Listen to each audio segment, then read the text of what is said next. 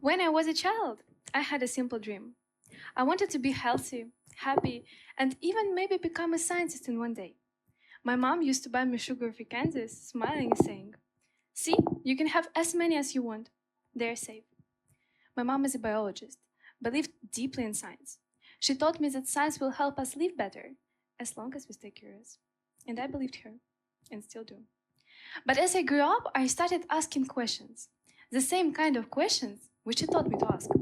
Artificial sweeteners were created to protect us from obesity or diabetes. But science, it's more complicated than marketing. There is a story behind every label, and sometimes that story is a warning. How often do we change something that looks like a solution only to realize we replaced one problem with another? How often do we dream of change only reach for shortcuts? You know that moment when you are trying to be good. So you go to the shop and started buying zero sugar yogurts, 0-calorie soda, and you feel like a proud. You think, look at me, I've hacked the system. I used to think that too. For a while, we all did. But here is what we have discovered. Artificial sweeteners, they're not as harmless as we thought. So sugar and sweeteners, they both activate sweet taste receptors T1, R2, but they behave very differently in our body.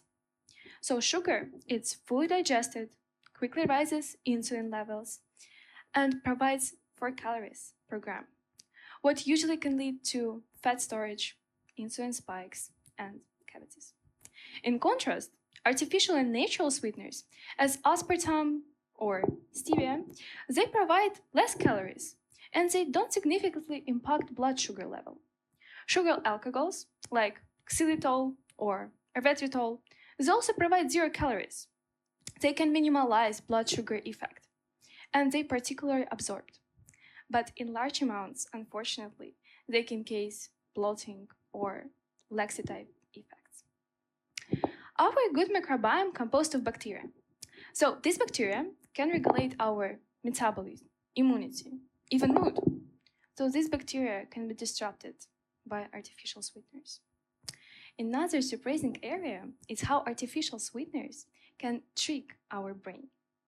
So when you eat something sweet, your taste buds, they don't just register flavor, they throw a mini rave.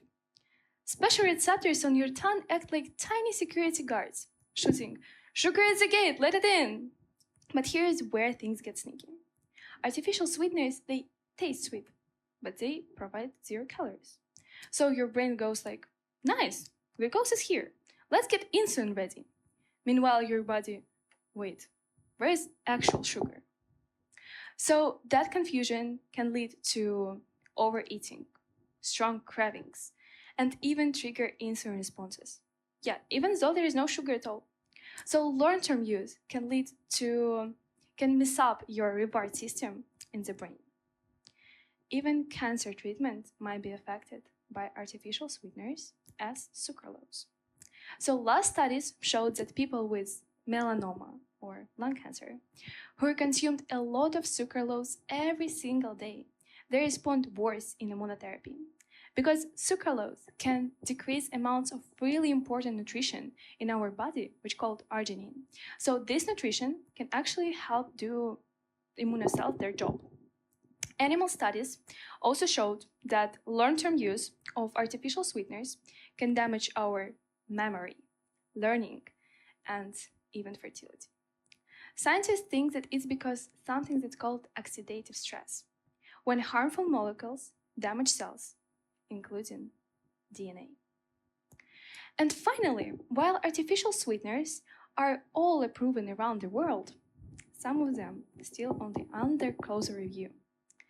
Because there's too many doubts and debates about long-term use of these amazing tools. Of course, if you replace sugar with sugar substitutes, you can protect yourself from overweight, obesity, tooth decay. Individuals with diabetes can use it really helpful for them because, as I already said, they don't significantly impact blood sugar level.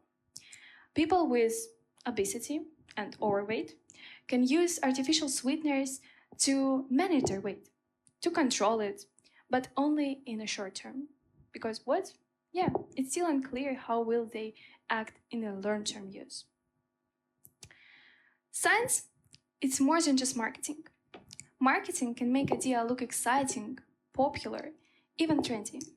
But science, it's what stays after experiment is gone. Science, it's not about making things looking good. It's about testing, checking, and making sure that they're true. Because when the buzz disappears, real knowledge is still there, building step by step, shaping the future. That is why you shouldn't confuse what is popular with what is true. Just because something well promoted on TikTok or Instagram, it doesn't mean it's good in life.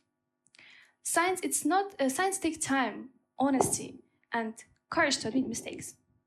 Marketing sells quick answers, easy wins. But science grows through questions and doubts. And that doubt, that's the real power which moves humanity forward. So no, artificial sweeteners, it's not evil. But it's not magic either. They're tools, and like any tool, it needs to be used with care. Because we can't outsmart biology forever.